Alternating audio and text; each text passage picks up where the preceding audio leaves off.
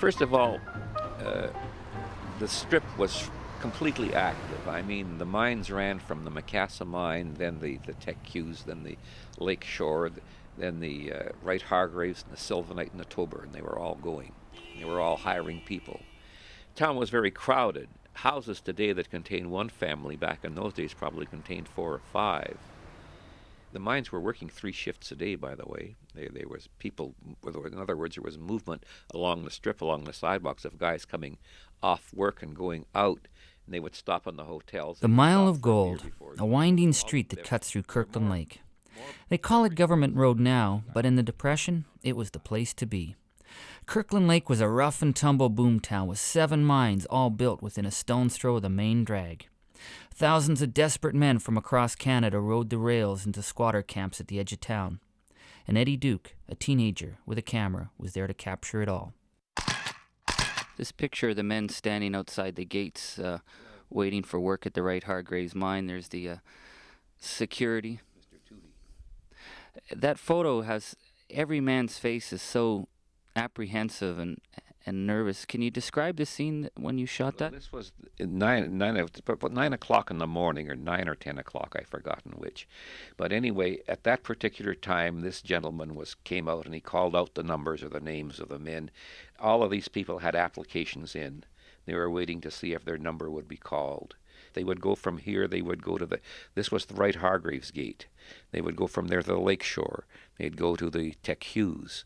They would walk the mile, more or less. With thousands of young men working in the mines, Kirkland Lake was a real frontier town. It was a hot spot for live music. Eddie Duke played sax in the local dance bands. He saw the after-hours nightlife of bootlegging joints and bordellos. And the hottest action of all was at a little house at 5 Main Street.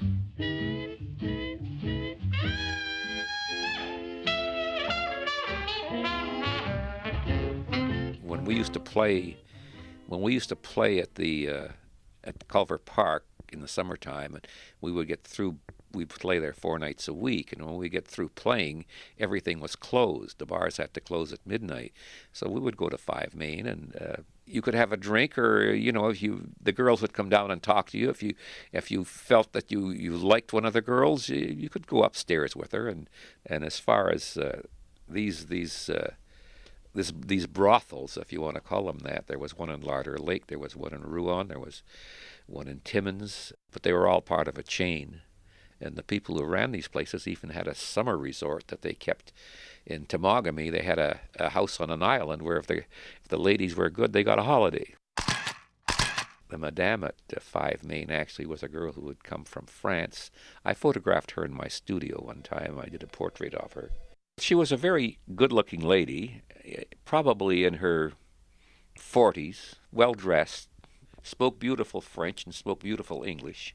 And they called her Flo, I believe. Eddie Duke loved taking people's pictures, but it's his photographs of the men and the mines that give us a view deep into a world that no longer exists.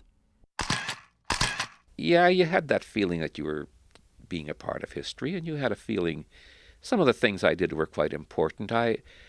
Some of the things you do are hard to forget. For instance, I remember being 6,000 feet down in the Wright Hargraves mine and taking a picture of Tony Sampson, who was then the underground superintendent. And it was so hot down there. It was just so hot. And he was perspiring, and all the men down there were older men. They seemed to put the older men to work in the lower levels because they seemed to handle it better for some reason. They were used to it. They didn't make any mistakes. Anyway, as he came by all of these old guys that he knew by their first names, they'd say, "Tony, do you want a drink of water?" Or they'd have their thermos, They were worried about him. They were worried about him.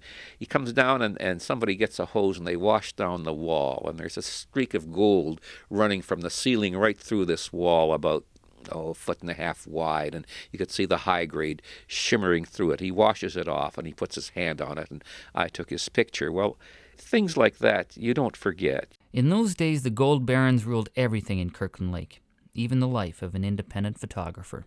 There were times that there were things that they didn't want me to photograph, or Or if I, for instance, I was once doing a gold pour at the Wright Hargraves mine, and I wanted to use this picture for a postcard. And the mine manager said, no, no way. And I said, well, really, I said, you can't stop me. Oh, he says, Eddie says, there's lots of ways people can be stopped. Those all-powerful mines are now gone. All that remains of them are photographs. But Eddie's camera has also captured the life of a community. Generations of families growing up, weddings, baptisms, bar mitzvahs, graduations, funerals. Eddie's camera has seen it all. I remember going to the graduation at Northern College one time, and a lady came up to me and she said, would you mind taking a picture of my son? And she says, you took my picture when I graduated. This was his mother. And she says, and you took my father's picture. So, it is true that you can go through 2 or 3 generations, and these pictures are all around town. And it's a good feeling. I walk down the street here, everybody says hello, Eddie, or hello, Mr. Duke. I mean, everybody knows me. Everybody in town knows Eddie Duke, and through his photographs we have come to know Kirkland Lake. The Mile of Gold might be a quieter place today, but in photographs it remains busy, dramatic, and always fascinating. Thanks in large part to the camera of Eddie Duke.